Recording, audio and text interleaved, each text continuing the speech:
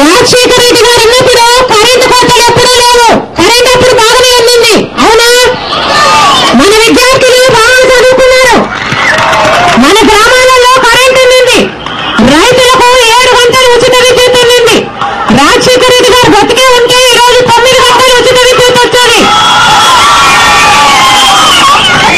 కేవలం ఇప్పుడున్న సర్కార్ నిర్లక్ష్యం వల్ల, ఇప్పుడున్న ముఖ్యమంత్రి గారు కిరణ్ కుమార్ రెడ్డి గారు నిర్లక్ష్యం వల్ల ఈ రోజు మన రాష్ట్రంలో తీవ్రమైన కరెంటు సంక్షోభం ఉంది. మన రాష్ట్రంలో మనకు కావాల్సినంత కరెంటు ఉత్పత్తి మనం చేసుకోలేం. మనము పక్క రాష్ట్రాల నుంచి కొనుక్కోవాల్సి ఉంటుంది. కానీ మన ముఖ్యమంత్రి గారు నిద్రపోయిన టైంలో పక్క రాష్ట్రాల వాళ్ళు అమ్మేసుకున్నారట. ఇప్పుడు నిద్ర లేసి కరెంటు కావాలన్నా అమ్మే వాళ్ళు లేరు అక్కడ. అర్థమైందమ్మా? మనకు కరెంటు ఎందుకు లేదు అంటే కేవలం మనకున్న ముఖ్యమంత్రి గారికి ముందు చూపు లేక, నిర్లక్ష్యంతో ఆయన కొనాల్సిన కరెంటు కొనక మన రాష్ట్రంలో ఇప్పుడు తీవ్రమైన కరెంటు సంక్షోభం ఉంది.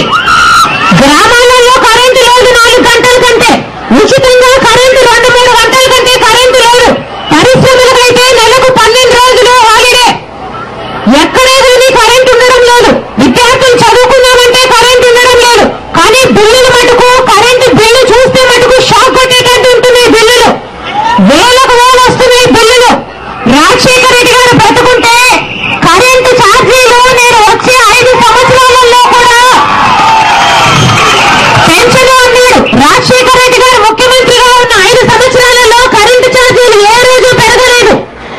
ఇప్పటి వరకు కూడా